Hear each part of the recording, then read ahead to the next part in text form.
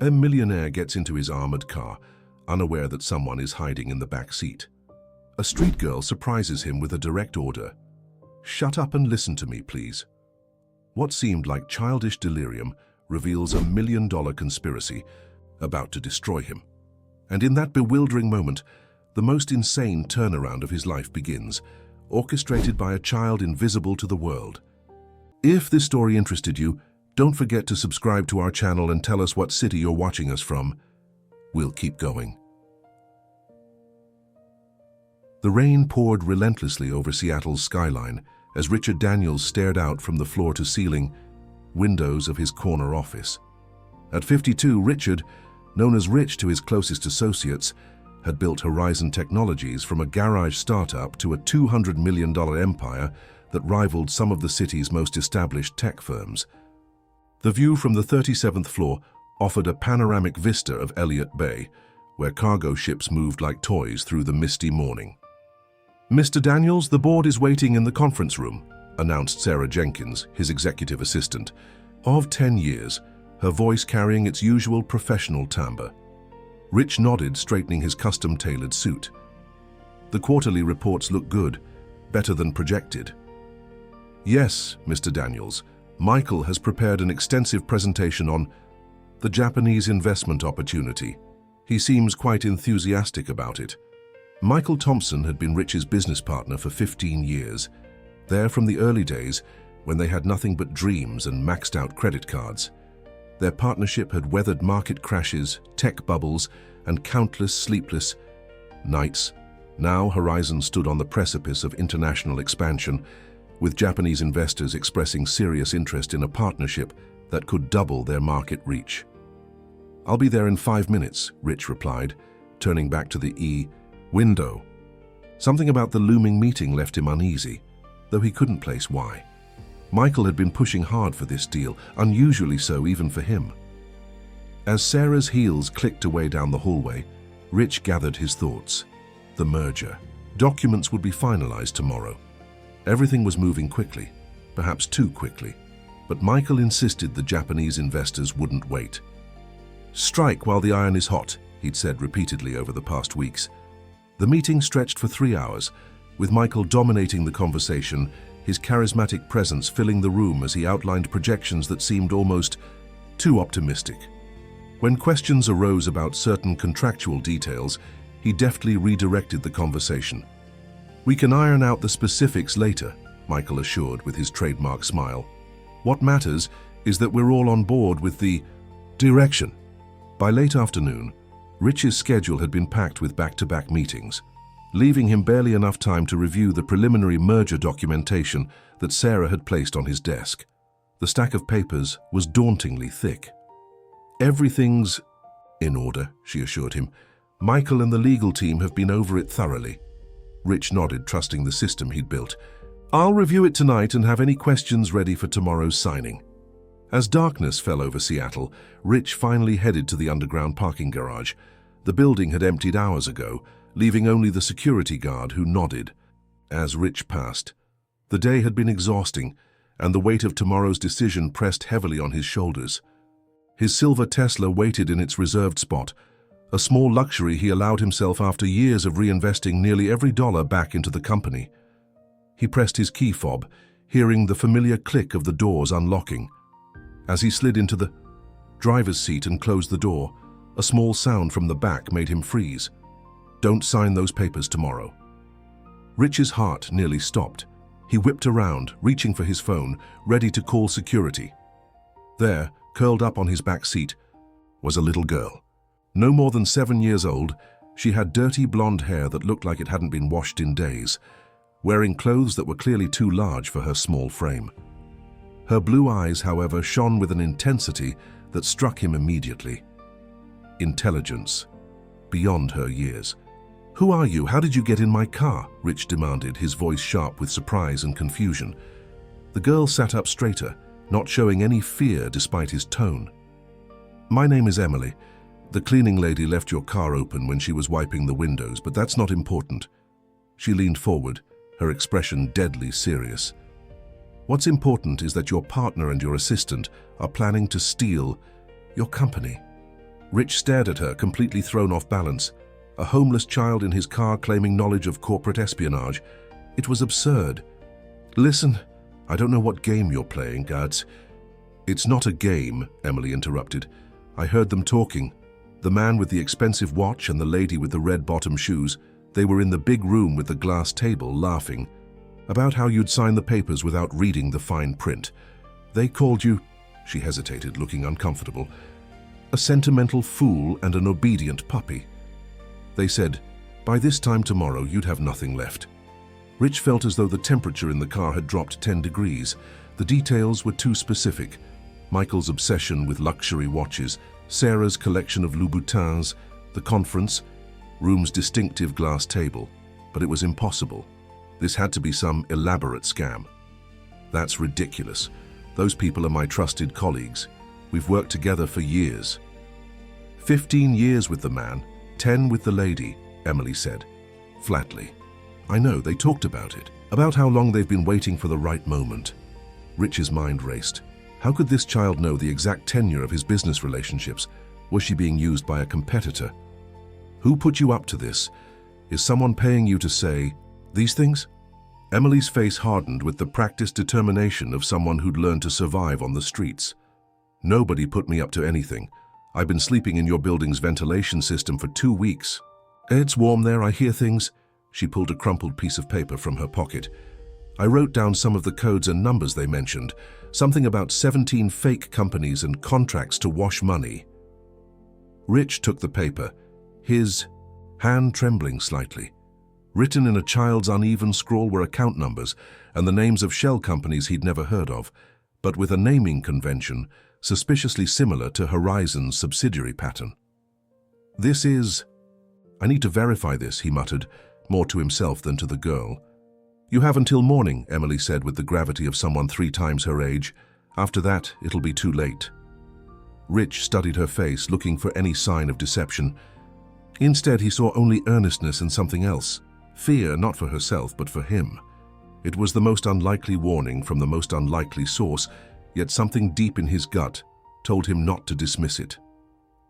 "How did you end up on the streets?" he asked, his tone softening as the businessman in him temporarily took a back seat to basic human concern.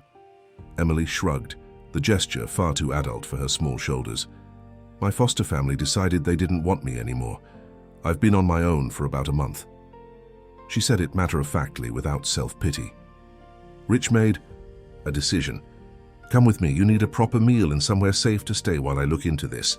He hesitated, then added, "And if what you're saying is true, Emily, you may have just saved something I've spent my entire life building."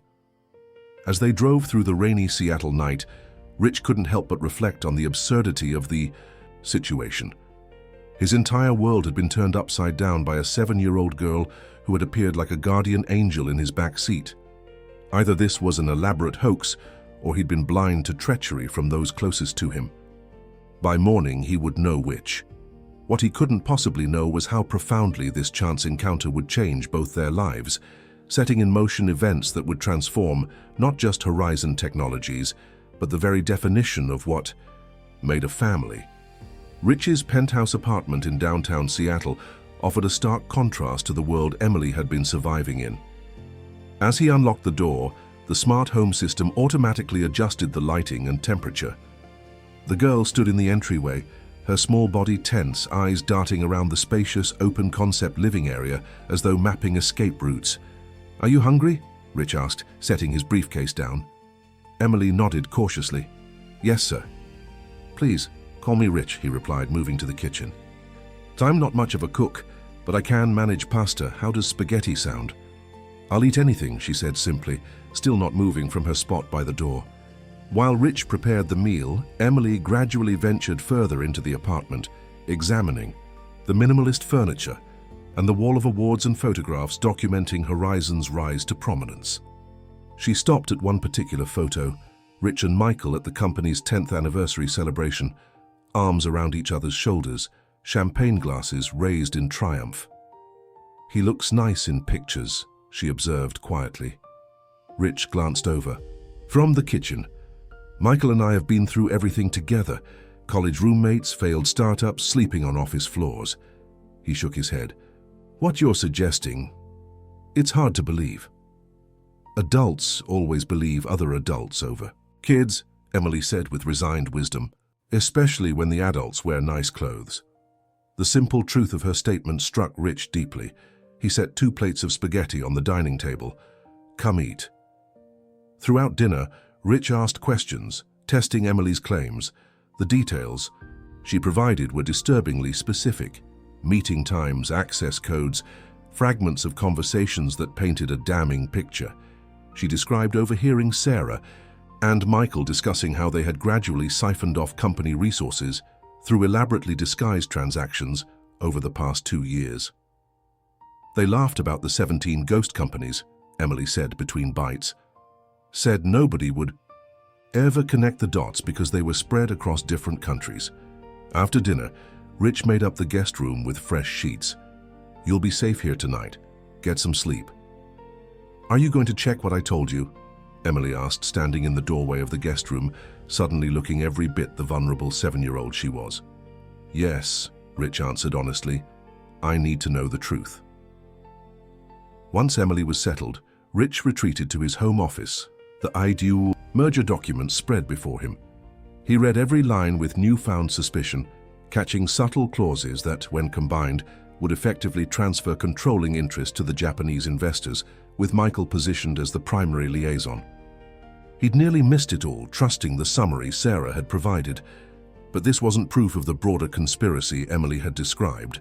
For that, he needed access to financial records that would be impossible to obtain without alerting Michael or Sarah. He needed help from someone with inside knowledge, but outside their circle of influence. Rich picked up his phone and dialed a number he hadn't called in over a year. Sullivan Investigations, came the gruff voice. Jake, it's Richard. Daniels, a pause. Didn't expect to hear from you again, Rich. Not after your partner convinced you I was fabricating evidence. Jake Sullivan had been hired to investigate some financial irregularities the previous year. Michael had swiftly discredited him, presenting evidence that Jake had doctored records to create the appearance of impropriety. Rich had believed Michael and terminated Jake's contract. I need your help, Rich admitted. Discreetly. I think you might have been right. After explaining the situation, omitting the unlikely source of his suspicions, Rich arranged to meet Jake the following morning at 5 a.m., well before the office would open. Rich barely slept, his mind racing through 15 years of friendship and partnership with Michael. Had he missed signs? Had his trust been so complete that he'd become blind to betrayal happening right under his nose? At 4 a.m. he checked on Emily. She was sleeping soundly, curled into a tight ball as if protecting herself even in slumber. The sight stirred something protective in him. Regardless of whether her claims proved true, he couldn't send her back to the streets. The early morning meeting with Jake in a deserted coffee shop 3 miles from Horizon's headquarters was tense. The investigator looked older than Rich remembered, the lines around his eyes deeper, his salt and pepper hair now more salt than pepper. I need access to the company's financial systems without alerting IT, Rich explained. I need to see if there really are phantom companies and unauthorized transfers. Jake leaned forward. You don't need to access your systems. I've been building a case for the past year, ever since you fired me. Call it a hunch or professional pride. But I knew something wasn't right. He slid a flash drive across the table. 17 shell companies, funneling approximately $5 million over 2 years. Transactions disguised as vendor contracts, consulting fees, licensing agreements. Your partner and assistant have been very thorough. Rich stared at the small device. How did you get this information? I have my methods, Jake said cryptically. And a source inside your company who reached out after I was dismissed. Someone who had suspicions but was systematically sidelined whenever they raised concerns. Who? Robert Martinez, your IT director. Rich frowned. Rob, he reports directly to Michael. They've always seemed close. Jake snorted. Martinez has been documenting irregular system access and unauthorized database queries for months. Thompson has been keeping him away from you, intercepting his requests for meetings. The man's been trying to warn you, Rich. The revelation hit Rich like a physical blow. Rob had been with Horizon for 20 years, even longer than Michael. He'd helped build the company's first servers when they were still working out of Rich's garage. I need to talk to him, Rich decided. Already arranged, Jake replied. He's meeting us at my office in an hour. And Rich, he fixed him with a hard stare. This time, be ready to listen. As they drove to Jake's office, Rich reflected on the absurdity of his situation. 24 hours ago, his biggest concern had been finalizing a deal that would take Horizon global. Now, he was sneaking around behind his partner's back, led by the warnings of a homeless child and a disgraced investigator. Jake's office was in a nondescript building in Georgetown, far from the gleaming towers of downtown Seattle. Rob Martinez was already waiting, nervously pacing the small reception area. At 55, Rob was the oldest member of Horizon's executive team, a brilliant systems architect whose modest demeanor belied his technical genius. "Mr. Daniels," he said, relief washing over his features, "thank you for finally meeting with me." "I think you should call me Rich under the circumstances, Rob," he replied, extending his hand. "I understand I owe you an apology for not hearing you out sooner." Rob shook his head. "You couldn't have known. They controlled your schedule, your communications. Every time I flagged unusual activity, Thompson would intervene, explain it away.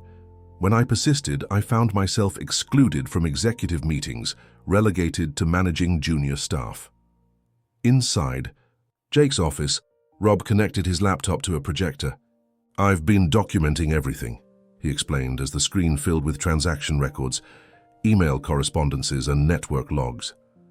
System access at unusual hours, database queries targeting financial records, emails with coded language. They're about special projects and offshore resources. Rich's stomach churned as the evidence mounted. The betrayal was real, meticulously planned, and far more extensive than even Emily had overheard. His company, his life's work, had nearly been stolen from under him by the people he trusted most. "The merger documents are designed to trigger a complex series of transactions," Rob explained. "Once executed, controlling interest would shift to shell companies that appear to be Japanese investors, but are actually controlled by Thompson, with Jenkins as a secondary beneficiary. You'd retain the title of CEO, but with no actual authority." Rich checked his watch. It was 7:30 a.m. The signing meeting with the Japanese delegation was scheduled for 10 a.m. "We need to stop this," he said, his voice hardening with resolve. "But I don't want to just prevent the theft. I want to understand why. I've been generous, with compensation, with equity. Michael and Sarah are already wealthy from Horizon's success." Jake and Rob exchanged glances. "It's not just about money," Jake said quietly. "Based on my investigation, Thompson has been doing this to other tech executives as well. 7 other victims over 5 years. It's a pattern. He enters their lives, as a trusted partner or advisor, works his way into a position of power, then orchestrates a takeover through complex financial engineering." "And Jenkins?" Rich asked, feeling sick. "More complicated," Rob admitted. "There's evidence she was initially manipulated by Thompson. Her mother has been seriously ill, expensive medical treatments, mounting debt. Thompson appears to have leveraged this vulnerability, gradually entangling her in his scheme." Rich thought of the assistant who'd been by his side for a decade, managing his life with quiet efficiency. Had she been another victim or a willing accomplice? "I need to confront them," Rich decided, face to face, before the meeting. "That's risky," Jake warned. "They might destroy evidence if they know you're onto them." "I'm not suggesting we tip our hand," Rich clarified, a strategy forming in his mind. "But I need to look them in the eyes. I need to understand." As the 3 men developed their plan, Rich's phone rang. It was his home security system. Someone was at his penthouse door. "The girl," he realized with alarm. "I left her alone." Rich raced back to his penthouse, his mind conjuring worst-case scenarios. Had Michael somehow discovered Emily? The security alert showed someone attempting to use the service entrance, not the main door with its biometric lock. He burst into his apartment to find Emily in a standoff with Mrs. Hodgson, his housekeeper of 15 years. "Mr. Daniels," Mrs. Hodgson exclaimed, clutching her cleaning supplies like a shield. I found this child attempting to raid your refrigerator. She claims you invited her to stay, but I was about to call security." Emily stood defiantly by the open refrigerator, a yogurt cup in one hand and a spoon in the other. "I told her you said I could help myself to breakfast," she said, her chin raised, but eyes betraying uncertainty. Rich's tension dissolved into relief. "It's okay, Mrs. Hodgson. Emily is my guest. She'll be staying with me for a while." The housekeeper's eyebrows nearly reached her hairline, but years of professional discretion kept her questions in check. "I see, sir. Shall I prepare the guest room properly then? Perhaps some appropriate clothes and necessities for the young lady?" Rich nodded gratefully. "That would be wonderful. Put it on my account." After Mrs. Hodgson departed on her shopping, mission still visibly curious but too professional to pry, Rich sat down with Emily at the breakfast counter. "I thought something had happened to you," he admitted. Pouring himself coffee with a slightly shaking hand, Emily looked surprised. "You were worried about me." "Of course I was," Rich replied, suddenly realizing it was true. In less than 24 hours, this strange, resilient child had become important to him. "Did you find out if I was right?" she asked, scraping the bottom of the yogurt cup. "About your partner and the assistant lady." Rich studied her, still amazed by the circumstances that had brought them together. "Yes, Emily, you were right, and you've saved my company." He hesitated, then added, "How would you like to help me catch them in the act?" Emily's eyes widened, a mixture of excitement and apprehension crossing her face. "What would I have to do?" Rich outlined the plan he'd developed with Jake and Rob. Emily would accompany him to Horizon's headquarters, posing as his niece visiting for the day. She would be their eyes and ears in places adults couldn't inconspicuously access. Most importantly, she would be wearing a recording device provided by Jake, legal in Washington state, as long as one party to the conversation consented. "You want me to be a spy?" Emily asked, her voice a mixture of awe and concern. "A witness," Rich corrected gently. "You've already heard them planning this. I just need you to help record any additional conversations before the meeting. Can you do that?" Emily nodded, solemnly. "I can be invisible when I need to be. It's how I survived on the streets." Rich felt a pang at her matter-of-fact description of her hardship. "After this is over, Emily, we're going to talk about your future. No child should have to learn those kinds of survival skills." By 9 a.m. they had arrived at Horizon Technologies. Rich had called ahead, informing his receptionist that he'd be bringing his niece to work, a story that raised no eyebrows given his well-known devotion to his extended family. Mrs. Hodgson had worked miracles, returning with a selection of clothes that transformed Emily from a street-worn waif to a picture-perfect child in a blue dress and matching headband. "Remember," Rich whispered as they rode the elevator, "stay close to me until we're in my office. Then you can explore, but be careful." Emily nodded, slipping her small hand into his with unexpected trust. The gesture caught Rich off guard, a warm feeling spreading through his chest despite the tension of the morning. Sarah was already at her desk when they arrived, her usual immaculate self in a tailored charcoal suit, her auburn hair pulled back, in a sleek bun. Her professional smile faltered momentarily at the sight of Emily. "Good morning, Mr. Daniels. I wasn't aware you were bringing a guest today," she said, recovering quickly. "Last-minute arrangement," Rich replied casually. "Sarah, this is my niece, Emily. She'll be shadowing me today for a school project on what successful adults do at work." Sarah's smile didn't quite reach her eyes as she leaned down to Emily's level. "How wonderful to meet you, Emily. Your uncle is a very important man." Emily regarded her with an unchildlike intensity. "He must be, for people to want what he has so badly." An almost imperceptible flash of alarm crossed Sarah's face before she straightened up. "The Japanese delegation will be arriving at 9:45. Michael is already in the conference room preparing. He was hoping to review the final points with you before they arrive." "Perfect," Rich said, sounding every bit the unsuspecting CEO. "Emily, why don't you draw something at my desk while I speak with Mr. Thompson? I won't be long." Emily nodded, her eyes communicating her understanding of the real plan. Once inside his office, Rich positioned her at his desk with paper and colored pencils, then activated the discreet recording device Jake had provided. Similar devices had been placed throughout the executive floor by Rob early that morning. "Be careful," Emily whispered as he turned to leave. Rich found Michael in the conference room, meticulously arranging presentation materials. At 49, Michael Thompson still maintained the athletic build of his college rowing days, his confidence evident in every precise movement. "Rich, there you are," he greeted enthusiastically. "Today's the day we take Horizon International. History in the making." Rich forced a smile, studying the man he'd considered a brother for 15 years. Was there any sign of the betrayal in those familiar features? Any hint of guilt in the eyes that had witnessed the birth of his company? "Indeed it is," Rich agreed, taking a seat. "I was reviewing the contracts last night. Quite complex for what should be a straightforward joint venture." Something flickered across Michael's expression. Concern, irritation. It was gone too quickly to identify. "International business always involves complex legalities," Michael dismissed with a wave of his hand. "That's why we have lawyers. The big picture is what matters, and that picture is Horizon Technologies becoming a global player. And the ownership structure," Rich pressed, maintaining a casual tone. The clauses about operational control seemed unusual.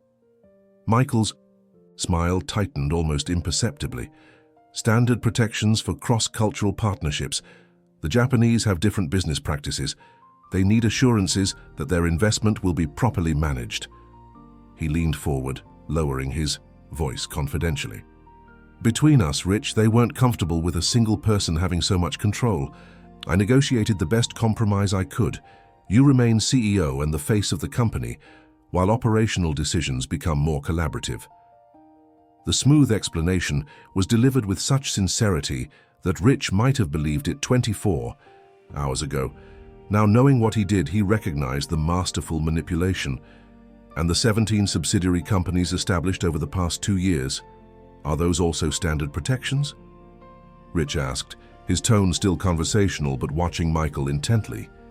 The change was subtle but unmistakable, a slight stiffening of Michael's shoulders, a fractional narrowing of his eyes. "I'm not sure what you're referring to. We have our established subsidiaries for tax purposes, of course, but—" "Mr. Daniels," Sarah interrupted, opening the conference room door. "I'm sorry to interrupt, but there's an urgent matter requiring your attention. A Mr. Martinez from IT says it can't wait." Rich noted the quick glance exchanged between Michael and Sarah. "Tell him I'll be right there," he replied, standing. To Michael, he added, "We'll continue this discussion later, perhaps after the meeting."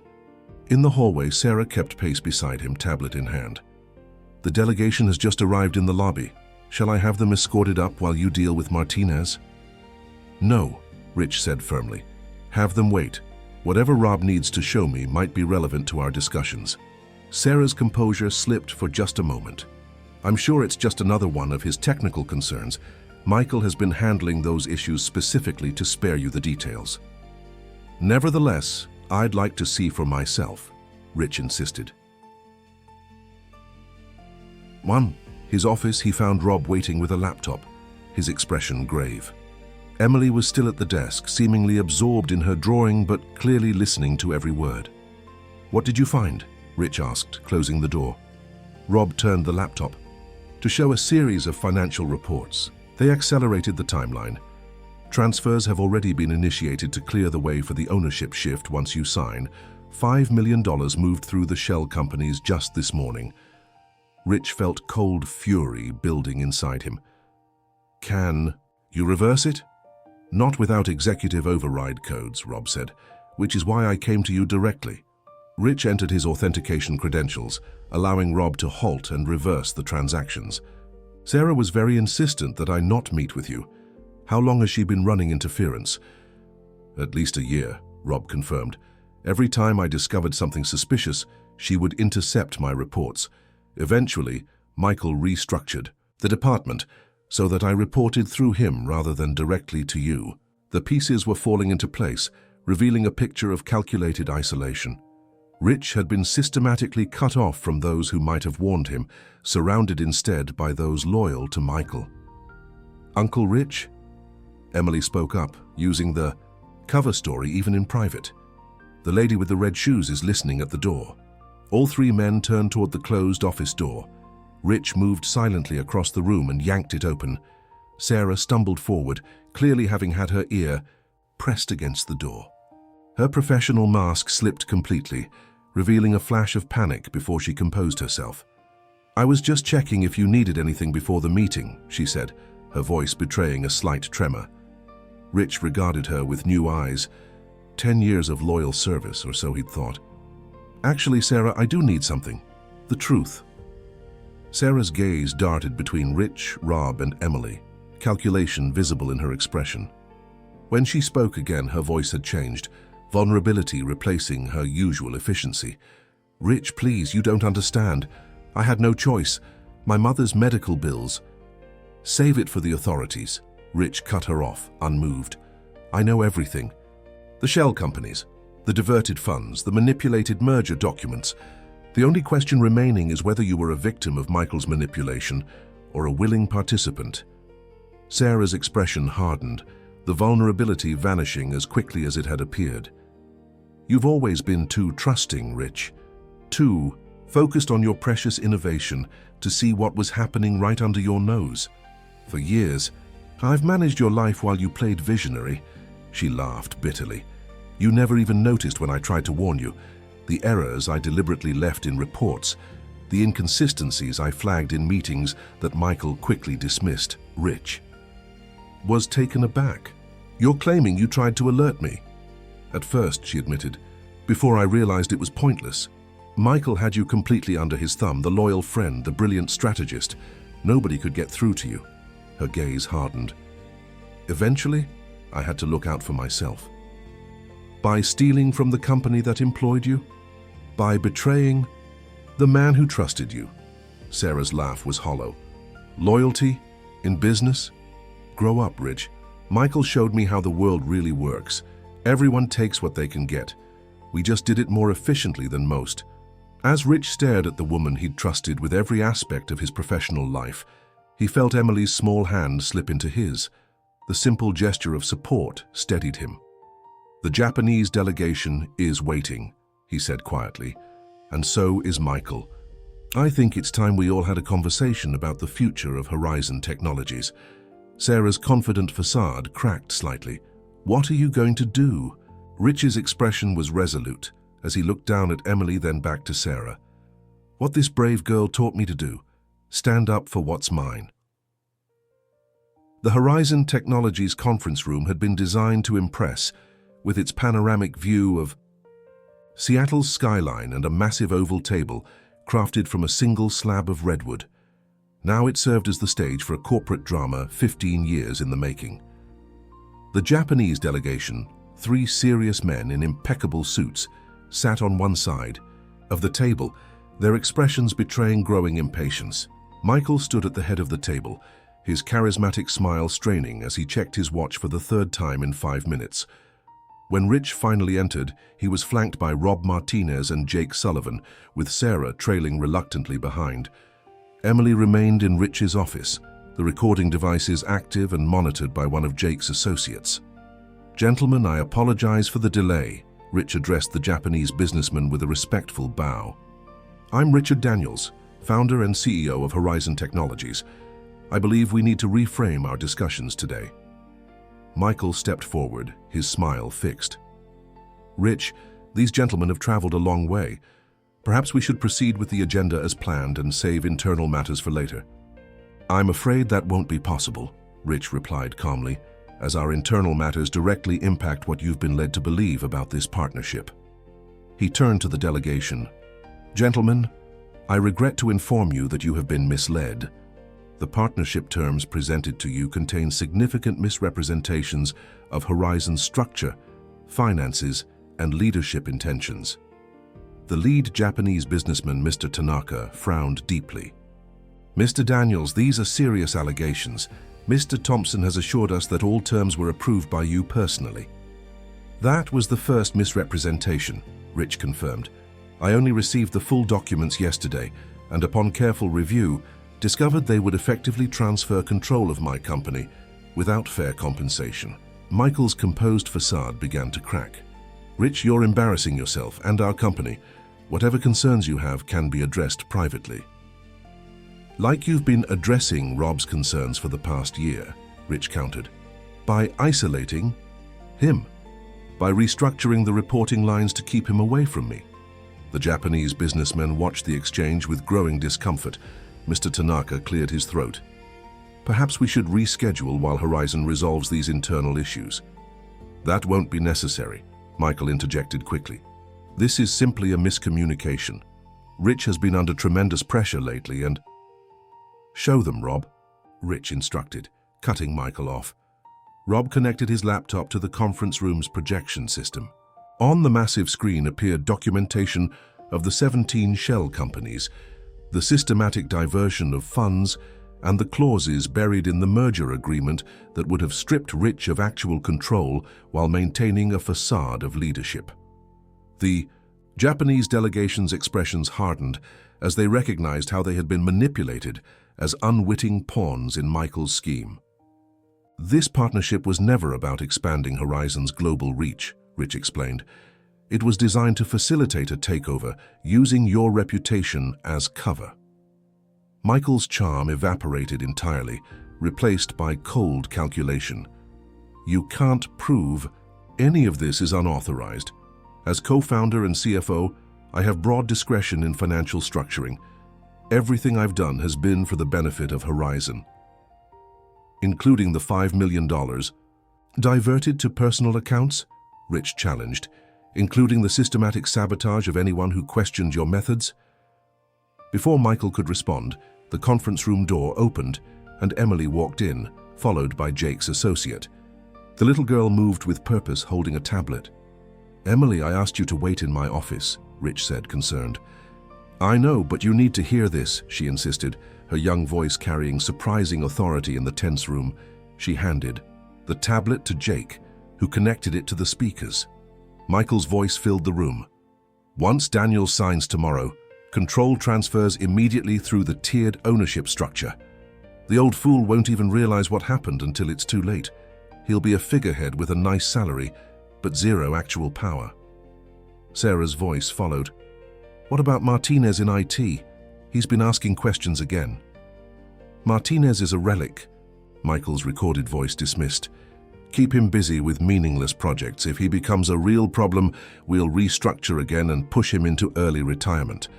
The recording continued, revealing detailed discussions of the scheme, complete with Michael's disparaging comments about Rich as an obedient puppy and sentimental imbecile who was too trusting for his own good.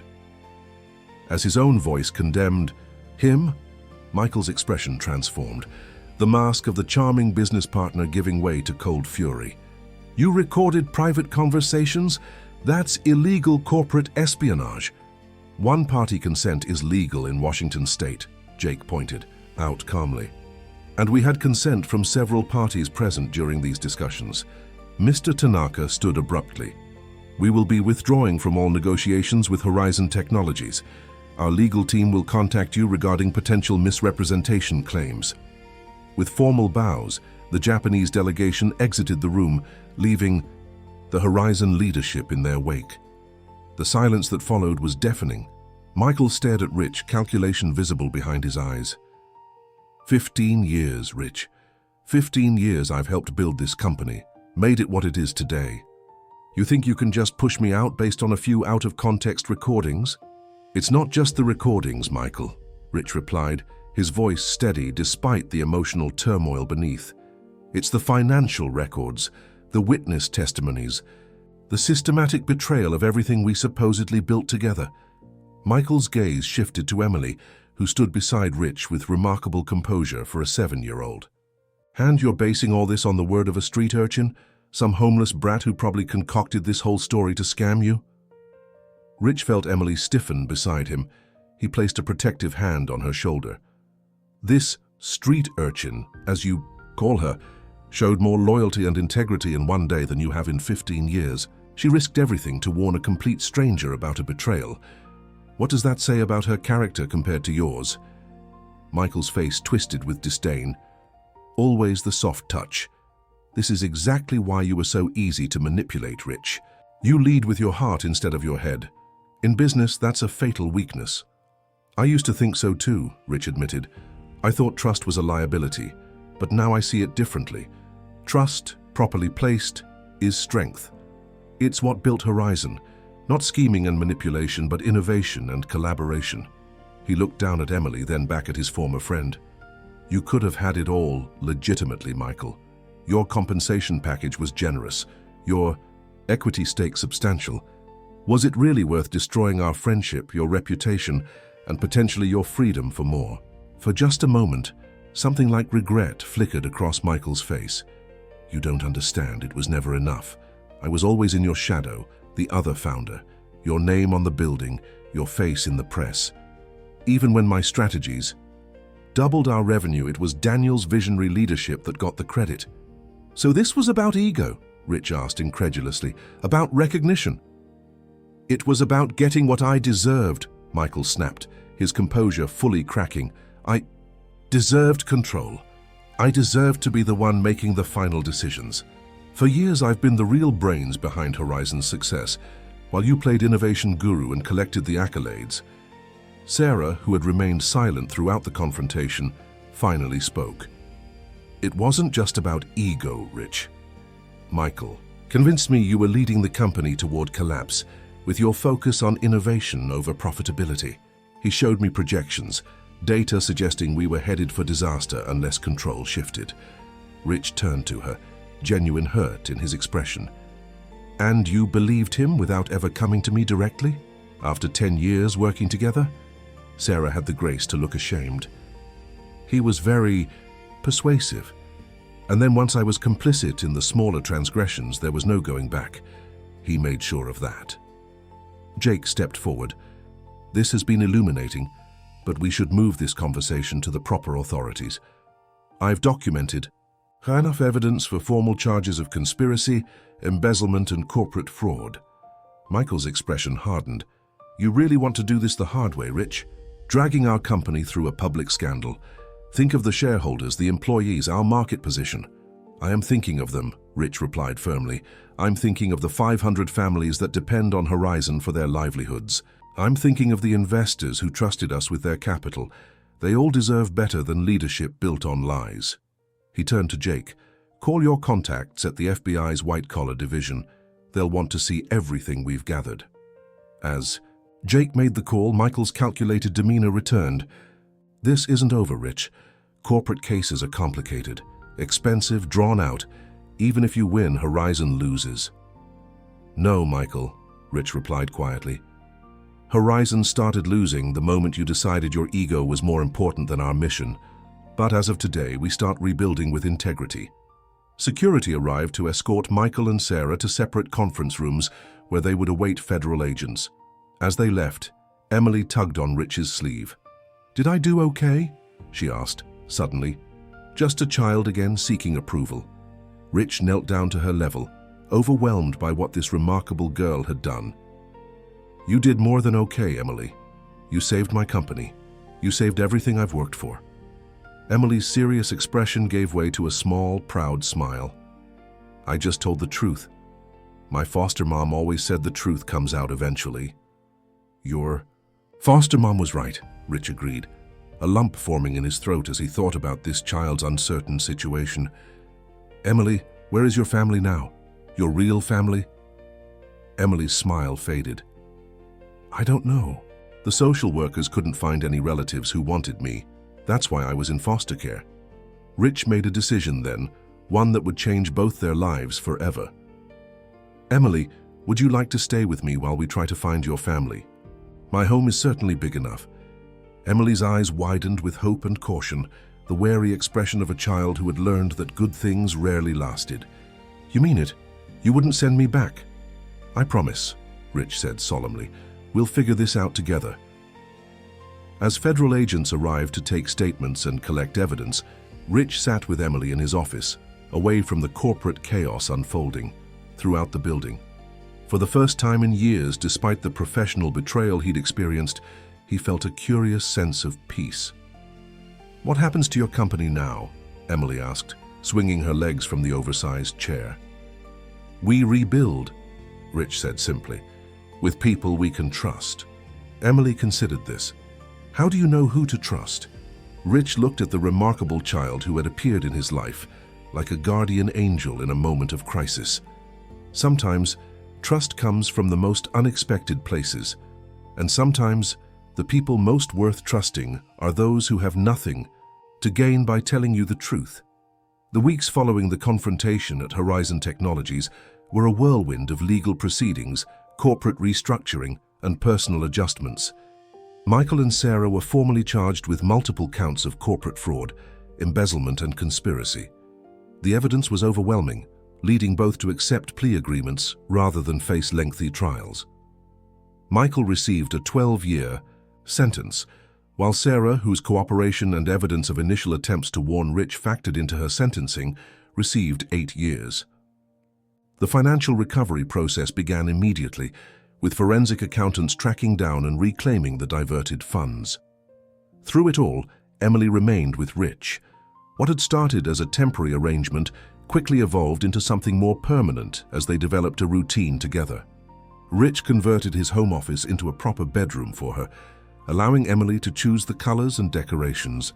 The first time in her young life she'd been given such agency over her living space. Purple walls with silver stars, she had decided with the seriousness of a CEO making a critical business decision, and bookshelves, lots of bookshelves. Rich discovered that behind Emily's street-smart exterior was a child with an insatiable curiosity and remarkable intelligence. Despite her irregular education, she devoured books well beyond her grade level and showed an intuitive understanding of complex concepts. One evening, as Rich helped Emily with a science project, a model of the solar system that had taken over his dining room table, the social worker assigned to Emily's case arrived for her monthly visit. "Ms. Chen, please come in," Rich greeted the compassionate but no-nonsense woman who was monitoring Emily's placement. Lisa Chen surveyed the chaos of the dining room, paints, styrofoam balls, and reference books scattered across the table, with approval. "I see you two have been busy." Emily proudly displayed the half-completed model. "I'm showing the relative distances to scale. Most models don't do that because space is really, really big." "I'm impressed," Ms. Chen said genuinely before turning to Rich. "Mr. Daniels, could we speak privately for a moment?" In the living room, Ms. Chen got straight to the point. "I've received the results of the family search you commissioned. It's unusual. I thought you should see this before we discuss next steps with Emily." She handed him a file. Inside was a genealogical report tracing Emily's family history. Rich's eyes widened as he read the conclusion. "This can't be right," he whispered. "We double-checked," Ms. Chen confirmed.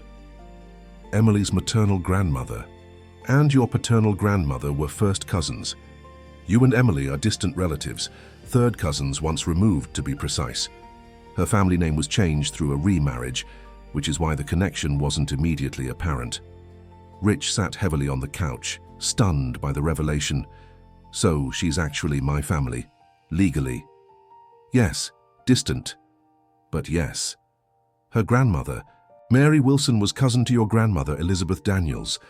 The family lost touch about 30 years ago after a relocation to the Midwest." "That's incredible," Rich murmured, thinking of the strange twist of fate that had brought Emily into his car that rainy night. "Does this affect her foster status?" "It could," Ms. Chen explained. "As a blood relative, however distant, you would have priority consideration if you applied for kinship care or even adoption. It would significantly streamline the process compared to a non-relative adoption." Rich looked toward the dining room, where Emily was carefully painting Neptune a deep blue, her face a study in concentration. "I'd like to pursue that immediately. The adoption, I mean."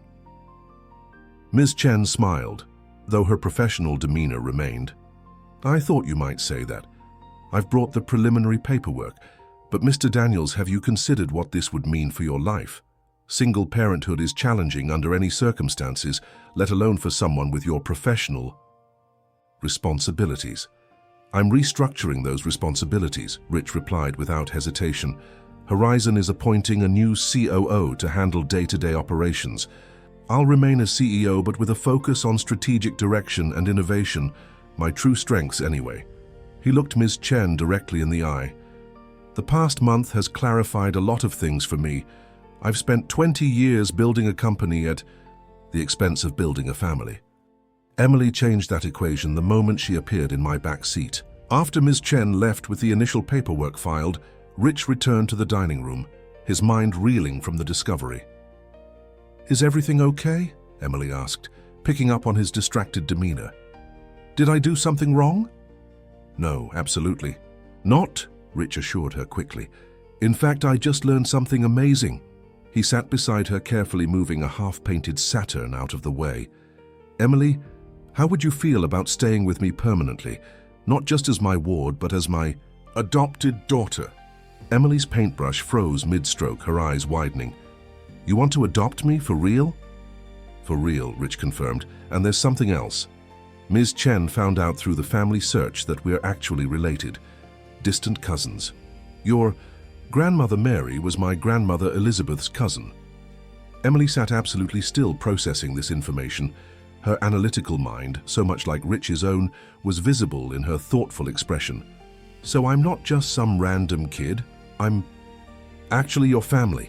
"You are," Rich said softly. "Which might explain why you felt compelled to warn me that night.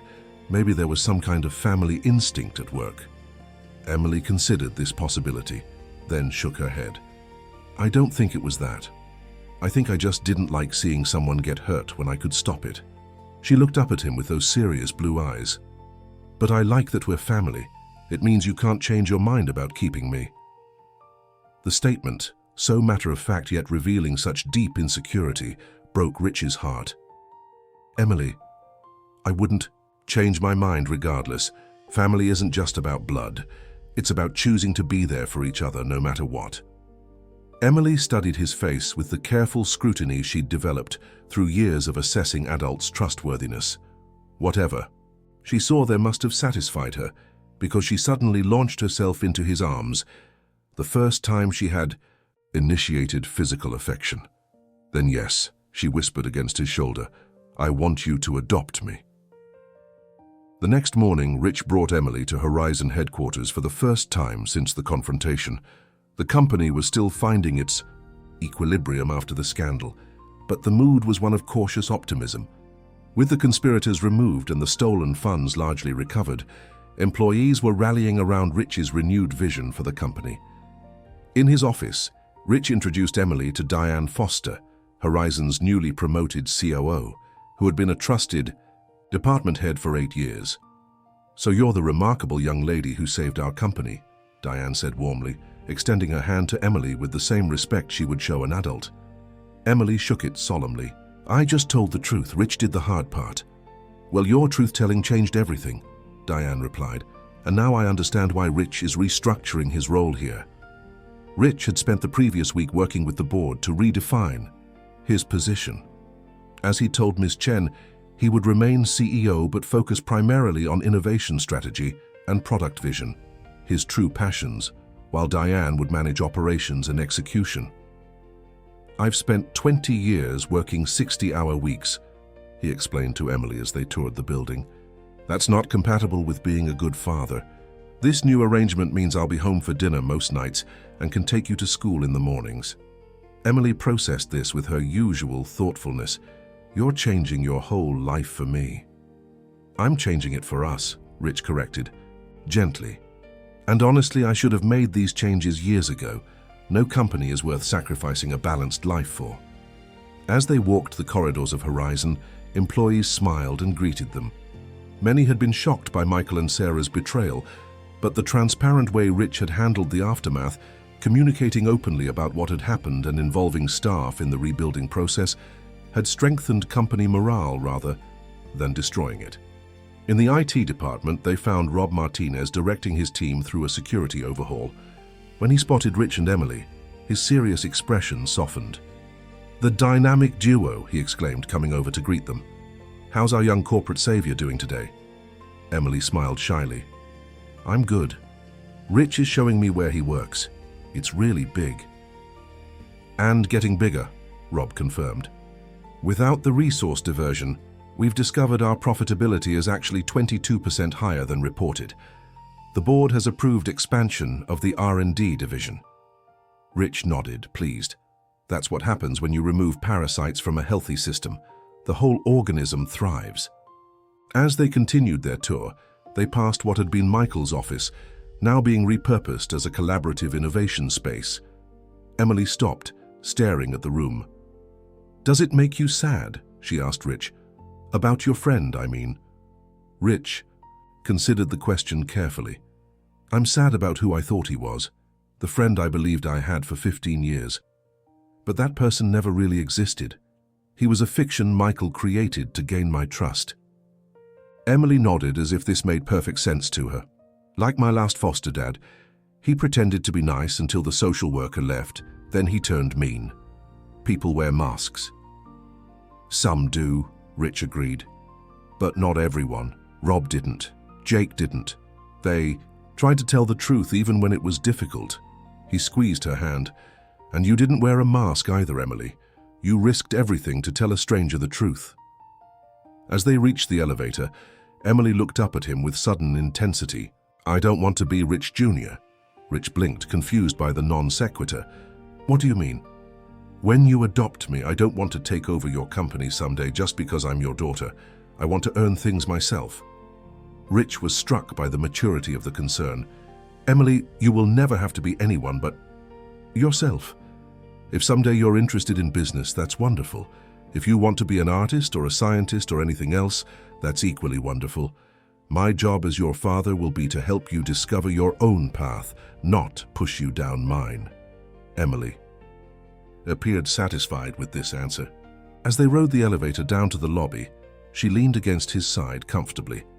"I think I might like business, though. It's like a complicated puzzle where the pieces keep changing." Rich laughed, recognizing his own early fascination with entrepreneurship in her observation. "That's exactly what it is, a puzzle that never quite stays solved." As they exited the building into the Seattle sunshine, a rare enough occurrence to feel like a good omen, Rich felt a profound sense of rightness. The company he'd built had nearly been stolen through betrayal, yet somehow the result was a life more whole than the one he'd had before. The universe had sent him a guardian angel in the form of a 7-year-old girl, and in saving his company, she had saved something far more important, his capacity to care for something more deeply than work, to prioritize connection over achievement, to build not just a business legacy, but a family one. "Ice cream," he suggested impulsively, pointing toward a shop across the street. Emily's face lit up with simple childhood joy, an expression that was becoming more frequent as she settled into the security of her new life. "Rocky Road with extra marshmallows?" "Absolutely," Rich agreed. "We're celebrating after all." "What are we celebrating?" Emily asked as they waited for the crossing signal. Rich smiled down at his soon-to-be daughter, marveling at the twist of fate that had brought them together. "New beginnings, Emily, for both of us." 6 months after the day Emily had hidden in his Tesla, Rich stood in the Seattle family court, his heart pounding with anticipation. Beside him, Emily fidgeted with the collar of her navy blue dress, her blonde hair neatly braided for the occasion. Ms. Chen sat on Emily's other side, a folder of final adoption documents on her lap. "Nervous?" Rich whispered to Emily as they waited for the judge. "A little," she admitted. "What if the judge says no?" Rich squeezed her hand reassuringly. "All the paperwork is in order. The home study is complete. Our family connection has been verified. There's no reason for the judge to say no." Emily nodded, but her hand remained tightly gripped in his. The past 6 months had transformed both their lives in ways neither could have imagined. The adoption process had been expedited due to their blood relation, but still required thorough vetting, home studies, and legal procedures. Throughout it all, Emily had gradually blossomed from the wary street survivor into a more carefree child, though her remarkable intellect and old soul wisdom remained intact. She had started at Seattle Preparatory Academy, where initial academic assessments had placed her 2 grade levels ahead in reading and mathematics, despite her disrupted education. Rich had undergone his own transformation. His restructured role at Horizon allowed him to be home by 6 most evenings, with mornings dedicated to taking Emily to school before heading to the office. Weekends became sacred family time rather than opportunities to catch up on work. All rise for the Honorable Judge Elaine Watkins, the bailiff announced. Judge Watkins, a stern-looking woman in her 60s with kind eyes that belied her formal demeanor, reviewed the case file carefully before addressing them. Mr. Daniels, I've reviewed your petition to adopt Emily Wilson, who is your third cousin once removed. The home study reports are exemplary, and Ms. Chen's recommendations are among the strongest I've seen in my 15 years on the bench. She turned her attention to Emily. Young lady, I understand you're 7 years old. That's old enough to have a say in these proceedings. Can you tell me, in your own words, if you want Mr. Daniels to adopt you as your father? Emily stood, her posture straight, despite her nervousness. Yes, Your Honor. I want to be adopted by Mr. Daniels. He takes care of me and helps me with my homework and never breaks his promises. He's teaching me to swim and doesn't get mad when I ask too many questions. The judge's stern expression softened at Emily's earnest response. And do you understand what adoption means? That Mr. Daniels will be your legal father permanently? Emily nodded solemnly. It means he's my forever family and I'm his. Nobody can take me away again. Judge Watkins turned to Rich. Mr. Daniels, raising a child is a lifelong commitment, particularly a child who has experienced the kind of instability and hardship that Emily has.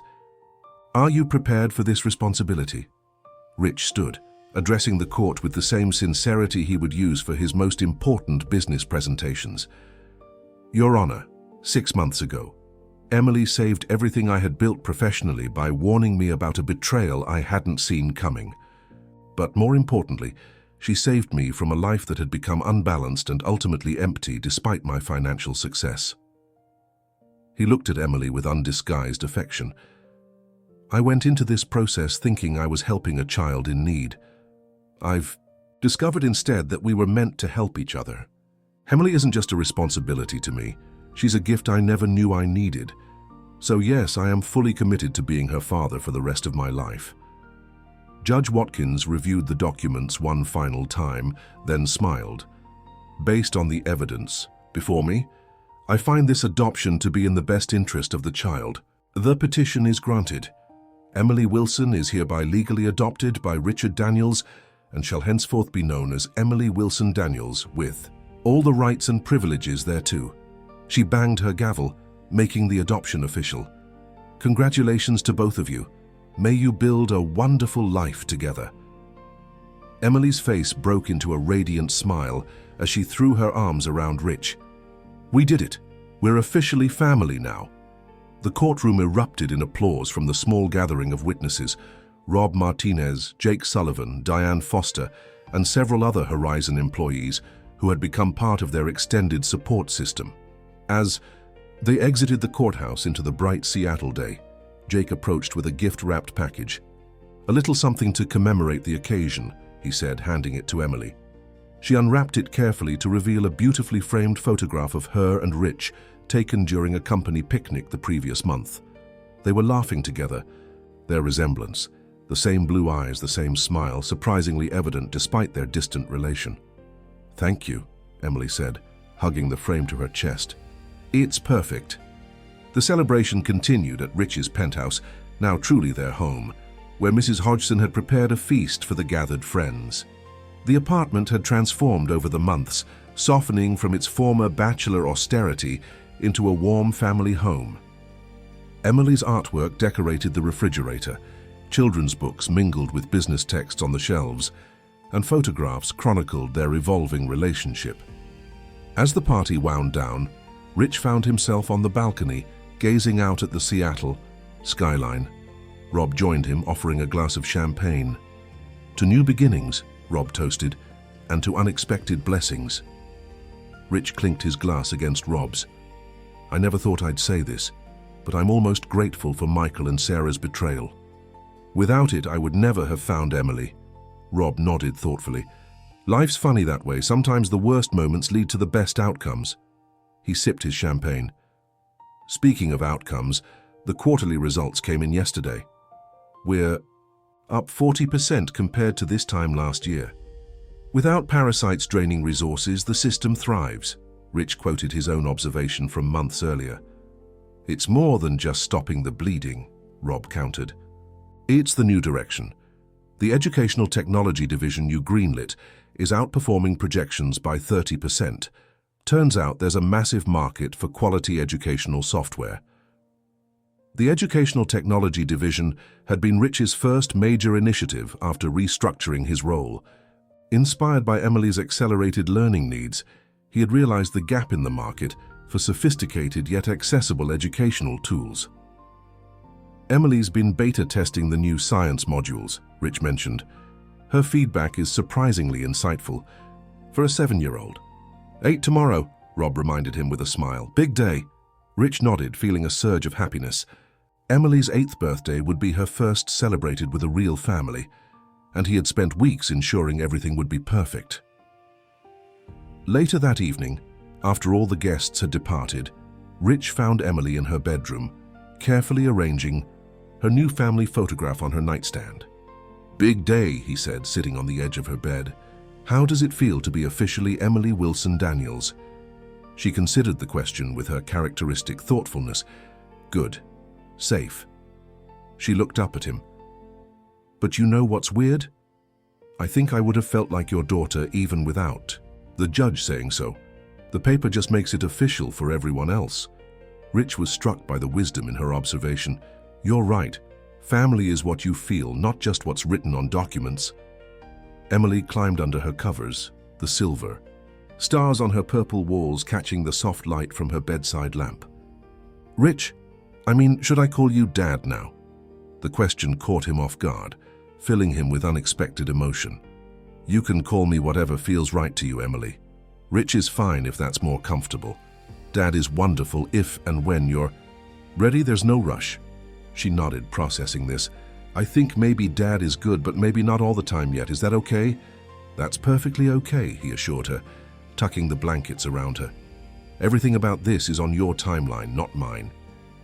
As he kissed her forehead goodnight, Emily caught his hand. Tomorrow at my birthday party, will you tell me the story again?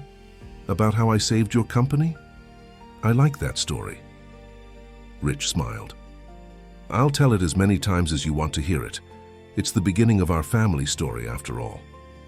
The next day, Emily's birthday celebration was everything Rich had hoped it would be. Her new classmates from Seattle Prep came, along with the Horizon employees who had become their extended family. The penthouse was transformed with decorations, games, and a cake shaped like the solar system, a nod to Emily's fascination with astronomy. During a quiet moment as the children played, Diane approached Rich. She's thriving, she observed, watching Emily laugh with her friends. It's remarkable considering what she's been through. Children are resilient, Rich replied, more so than adults sometimes. But she still has moments of insecurity, nightmares about being abandoned again. Diane nodded understandingly. Healing takes time, but she has something now she didn't have before: stability, consistency, knowing with absolute certainty that she's loved and valued. Speaking of valued, Rich segued, I've been thinking about that educational foundation we discussed. I want to move forward with it.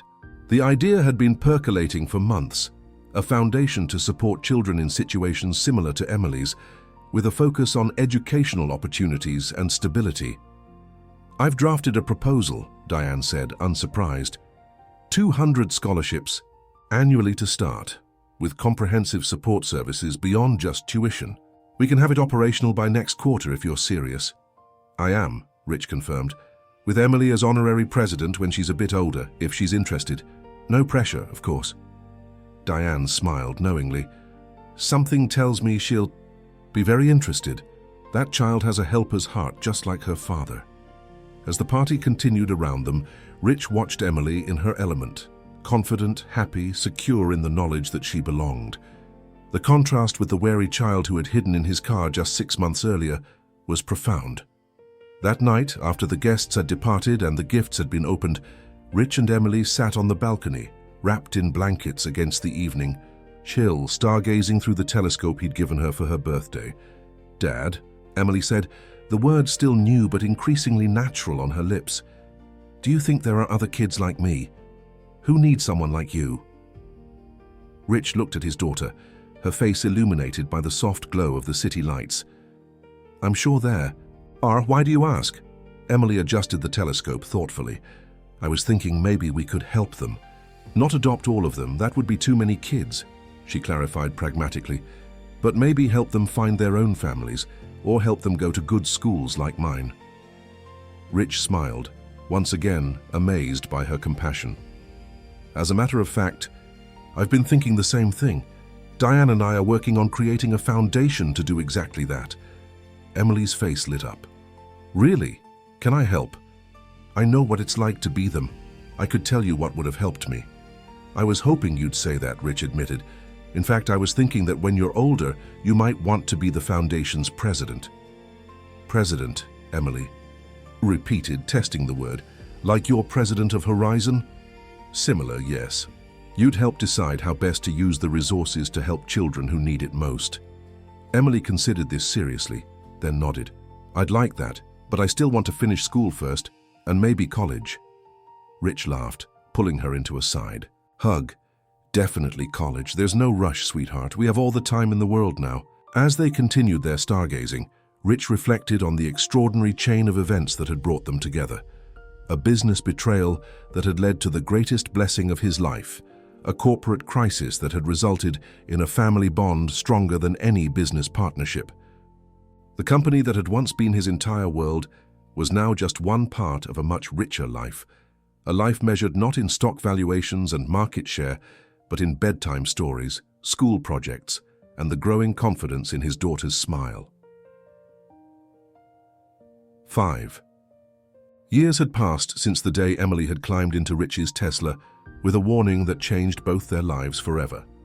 At 12 years old, she had blossomed into a confident, compassionate young woman with her father's analytical mind and a natural empathy that was entirely her own.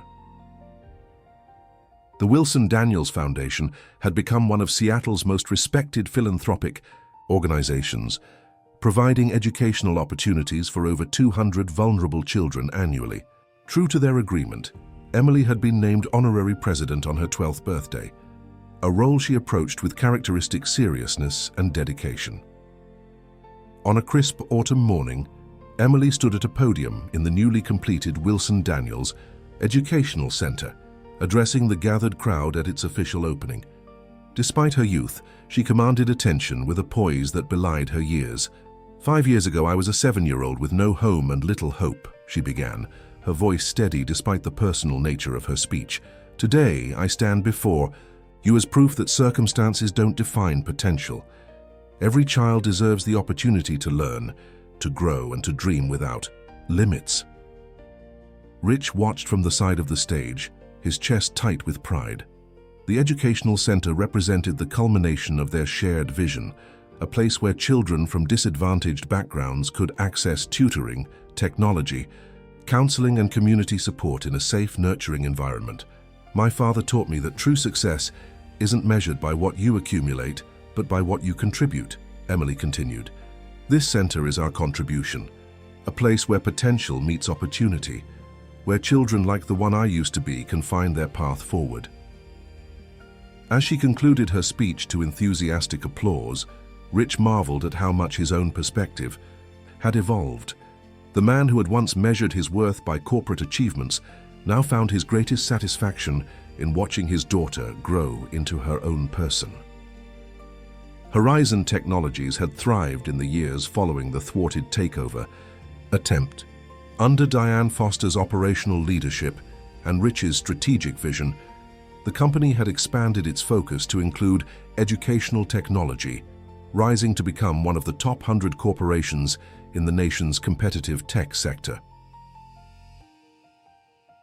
The scandal that had threatened to destroy Horizon had instead become a footnote in its history, a painful but necessary cleansing that had ultimately strengthened the organization. Michael and Sarah remained in federal prison, their betrayal now a cautionary tale in business ethics seminars. After the ceremony, Rich and Emily walked through the center's bright corridors, observing the already busy classrooms and activity spaces. Children of various ages worked on computers, collaborated on projects, or received one-on-one tutoring from volunteer mentors. "What do you think?" Emily asked, watching her father's reaction. "Is it everything we hoped for?" "It's more," Rich replied honestly. "When we first discussed this, I was thinking about scholarships, financial support. You're the one who insisted on creating a physical space, a community. You were right." Emily smiled, pleased by his acknowledgement. Their relationship had evolved into a true partnership, with Rich valuing her perspective as much as she valued his guidance. "I remember what it was like," she explained, "to have nowhere that felt safe. No place where I truly belonged. Money for education is important, but having a place to come to every day where people know your name and care about your progress, that's what really changes lives." They paused at a window overlooking the center's garden, where several children were planting fall bulbs under the supervision of a horticulture teacher. "You've become quite the public speaker," Rich observed, "very different from the little girl who used to hide behind me at company functions." Emily laughed. "I had a good teacher. Besides, it's easy to speak confidently when you believe in what you're saying." As they continued their tour, they encountered Jake Sullivan, who had transitioned from private investigation to serving as the Foundation's security director. His expertise in background checks and security protocols had proven invaluable in creating a safe environment for vulnerable children.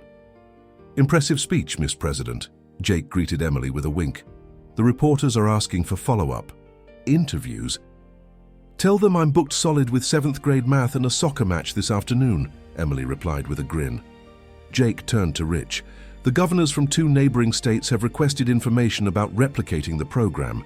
Apparently your daughter's persuasive abilities extend beyond the podium." Rich nodded, unsurprised. During the center's planning phase, Emily had joined him for meetings with potential donors and government officials, her authentic passion for the project often proving more compelling than any professional presentation. "Send them the implementation framework we developed," Rich instructed, "and schedule a video conference for next week. If other states want to adopt this model, we should support that effort." As Jake departed to handle the requests, Rob Martinez approached, tablet in hand. Now Horizon's CTO, Rob had been instrumental in developing the educational software used throughout the center. "The adaptive learning platform is performing beyond expectations," he reported enthusiastically. "The algorithms are accurately identifying learning gaps and adjusting content difficulty in real time. We're seeing comprehension improvements, averaging 23% in the trial groups." Emily leaned over to examine the data on his tablet. "What about the struggling readers group? Are they showing similar gains?" Rob smiled at her technical interest. "Even better, 28% improvement.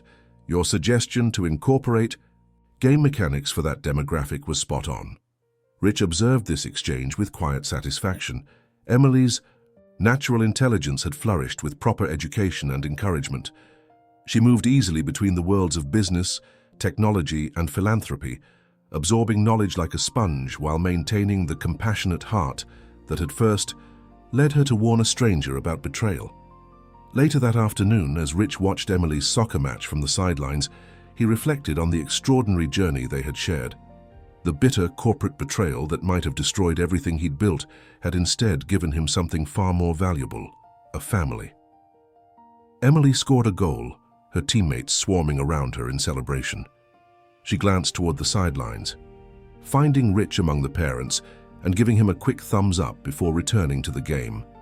That evening, after a celebration dinner with the Foundation team, Rich and Emily returned to their home, no longer the sterile penthouse of a workaholic bachelor, but a warm family home filled with photographs, achievements, and memories.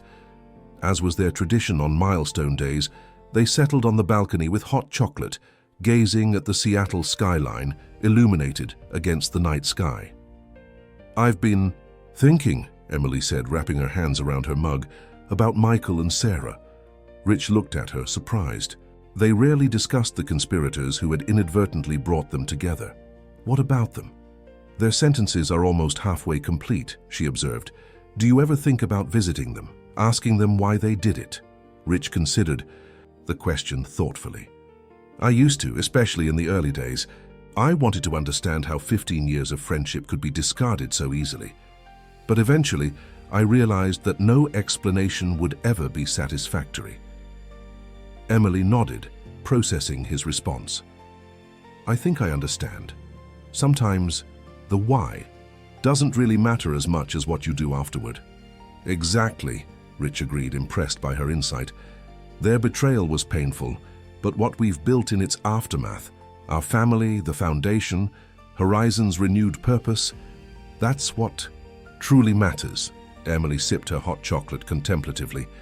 Dad, do you think they regret what they did? Not just getting caught, but actually hurting you? The question revealed Emily's fundamental compassion, her ability to consider the humanity even of those who had caused harm. It was a quality Rich had come to deeply admire in his daughter. I don't know, he answered honestly. Michael's ego might prevent true regret. Sarah, he paused, remembering her complex motivations. Sarah might. She was trapped in a situation partly of her own making, but also manipulated by circumstances and by Michael. Like my last foster family, Emily mused. They weren't bad people exactly, just overwhelmed and making bad choices. Rich nodded, continually amazed by her capacity for understanding. The best revenge isn't destroying your enemies, he said softly. It's building something so beautiful and meaningful that their betrayal becomes insignificant in comparison. Emily smiled, recognizing his words. You told me that the day after the adoption was finalized. I've never forgotten it. They sat in comfortable silence for a while, watching the city lights twinkle against the darkness. The Seattle skyline included the Horizon Technologies Tower, its distinctive architecture a landmark on the city's horizon. The Foundation Gala is next month, Emily eventually said. I've been working on my speech with Ms. Rodriguez. Her English teacher had become a trusted mentor, helping Emily develop her natural communication skills. Any hints about the theme? Rich asked. Transformation, Emily replied. How moments of crisis can become catalysts for positive change. How sometimes the worst experiences can lead to the best outcomes if we choose to learn and grow from them. Rich smiled, recognizing their shared philosophy. Sounds perfect. I was thinking, Emily continued hesitantly, that maybe I could share more of our story. About how I ended up in your car that night. About how you chose to listen to a homeless kid instead of your business partner. People find it inspiring. It is inspiring, Rich affirmed, but only if you're comfortable sharing those parts of your past. They're your experiences to tell or keep private as you choose. Emily considered this. I think it's important to share them, not for attention, but because it might help other kids in tough situations know that their lives can change too, that their voices matter, even when adults might not want to listen. Rich felt a surge of pride at her wisdom and generosity of spirit. Then, by all means, tell our story. It's one worth sharing. As the evening grew cooler, they moved inside, to the living room, where photographs chronicled their journey together. Emily's adoption day, her first day at Seattle Prep, holidays, birthdays, and countless ordinary moments that had become the treasured fabric of their shared life. Rich paused before a particular photograph, the one Jake had given them on adoption day, showing them laughing together at the company picnic. We should update this for the foundation lobby, he suggested. Show the before and after of our journey. Emily studied the photo thoughtfully. It's amazing how life can change so completely in an instant. If the cleaning lady hadn't left your car unlocked that day, if I hadn't overheard that conversation, if you hadn't believed me. But all those things did happen, Rich reminded her. By chance, by fate, or by some family connection we can't fully explain. And I'm grateful every day that they did.